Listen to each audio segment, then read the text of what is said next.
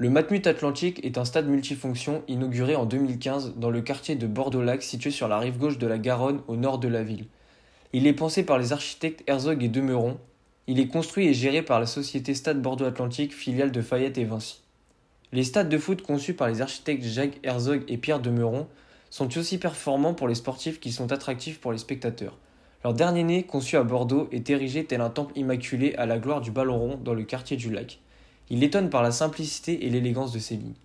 Pour sculpter cette architecture, aussi efficace que délicate, les architectes ont travaillé à partir de quelques objets identifiables, aboutissant à une composition monumentale épurée.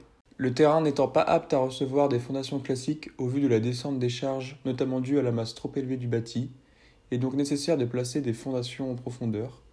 Ici, les artisans ont utilisé des pieux forés de 60 cm de diamètre, à une profondeur moyenne de 22 mètres. Dans un premier temps, le trou est creusé à l'aide d'une foreuse. On vient ensuite placer une cage d'armature en fer pour finir couler le béton. Le projet peut se diviser en 3 parties distinctes. La partie inférieure du bâtiment, où se situent les vestiaires, la partie logistique et les premières tribunes sont en béton avec une structure en mur porteur. La deuxième partie du bâtiment est composée d'une seconde rangée de tribunes en structure poteau-métallique qui repose sur la partie inférieure en béton.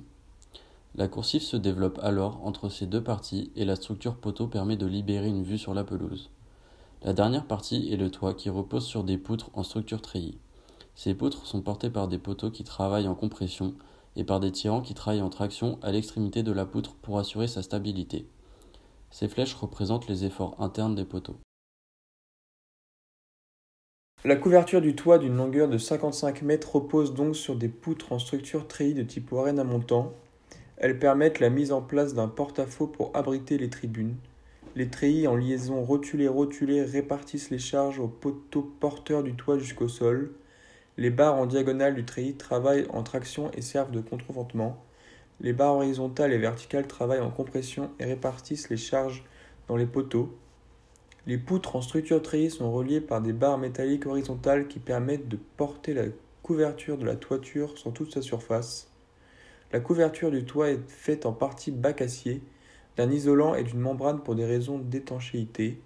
L'habillage de la sous-face est fait de tôle ondulée perforée pour des raisons acoustiques. Le Matmut Atlantique se distingue des autres enceintes sportives par la forme pure de son volume et l'extrême légèreté de sa structure.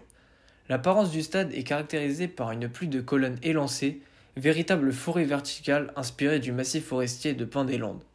La simplicité et la pureté du dispositif architectural garantissent une gestion des flux sûre et une orientation facile.